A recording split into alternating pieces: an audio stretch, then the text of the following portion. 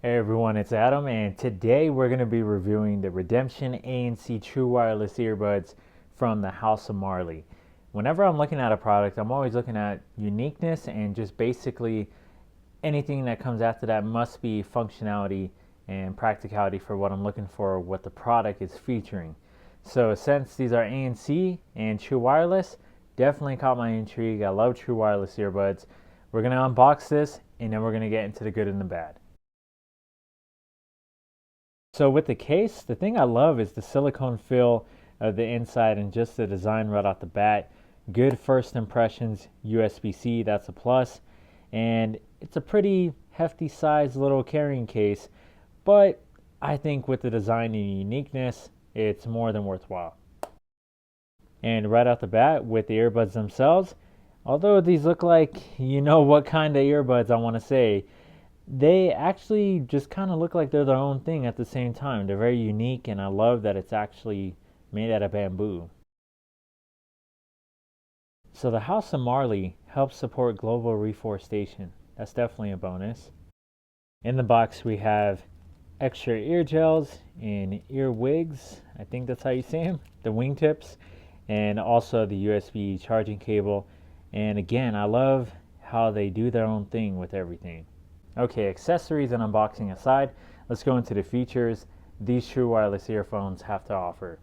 So, 5 hours playtime by themselves, 20 hours playtime with the case, IPX4 water and sweat resistance, active noise canceling, made out of bamboo. Of course, USB-C charging. Driver size is about 8.6 millimeters, 5.0 Bluetooth plus BLE. I've had these for about 3 days now, and I gotta say, right off the bat, to the sound quality, I think the sound quality is I think they're great for hip hop. Clarity is right on point, and they do get loud. So it doesn't matter what you're listening to. I listen to everything from Tool to Meek Mill, classical music, white noise, audiobooks, anything I've tried with these. I haven't had an issue with being disappointed, and even at volume, I never really got any scratching or just where it's struggling to actually produce sound. It just sounded clear the whole time. And the thing about the House of Marley that I love is you don't really need any EQ settings or anything, and they don't come with an app for you to do that. But that's totally fine because with their sound signature, it performs well enough just like it is. The thing about the design is when wearing them out in public just on walks, obviously we can't go to restaurants or anything or a coffee shop right now, but whenever I am walking around and somebody does catch, me walking by them, they do kind of give me a look as if, well, I haven't really seen earbuds like that. And it's just because of the uniqueness of them being made out of bamboo. Alright, so in this part of the video, we're going to do a microphone test. Okay, so we're testing the microphone. Test 1, 2, test 1, 2. This is just in a quiet environment. No ambient noise, obviously. Now we're testing the microphone with ambient noise being played from my computer, just using coffee shop vibes and things like that. So test 1, 2, test 1, 2, full volume on my computer. I'm staring right at it, so as close as I can get. So probably the most noticeable thing when using these, that was my favorite feature, was actually the connection, how strong it was. Never had any latency when watching videos. Never had any issues with the connection, especially when it's already connected to your phone. Never had to reconnect or anything in the past few days I've been using these. But one thing that's really impressive is the sensors here for the play pause features.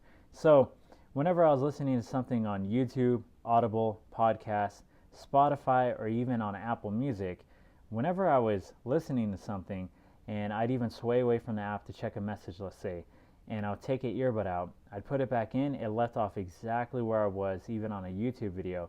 As long as you didn't close out of the app, obviously, it was just very reliable in being able to be like, okay, you can confidently take out both earbuds, the left or the right, and know it's going to leave where you last left off. Now, when it comes to the battery life, I haven't charged these in about a day, and you can see it has about 1 bar left out of the 4. And also, when it comes to single use with the earbuds themselves, I've had about 4 hours and 45 minutes of use before they actually died, and that was just me paying attention to the clock, not an official accurate time. But for me, I think, I don't think there's any complaint with it actually being 20 hours of the case and also 5 hours for the earbuds themselves.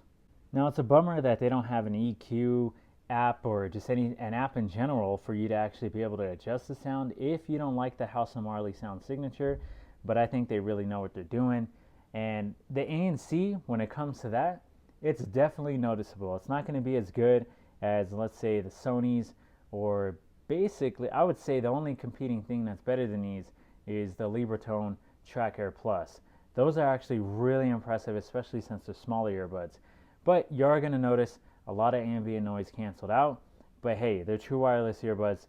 Nothing's ever going to be as good as over the ear.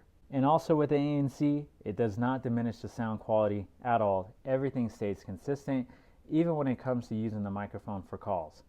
Okay, so I've given it plenty of praise at this point, and so far I would even say that these are some of the best true wireless earbuds I've used, except for the biggest thing I noticed taking them out of the box first time using them.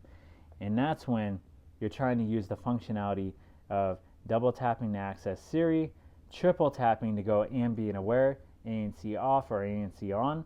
Even with the play, pause, skipping tracks and everything else with the right earbud, the biggest issue, and I don't know if it's because it's made out of bamboo, but the functionality is so difficult to use on these. I'm sorry, House of Marley, but it is what it is. Whenever I'm playing music or whenever I'm just playing anything, it's triple tap for ANC on, ambient aware, or ANC off.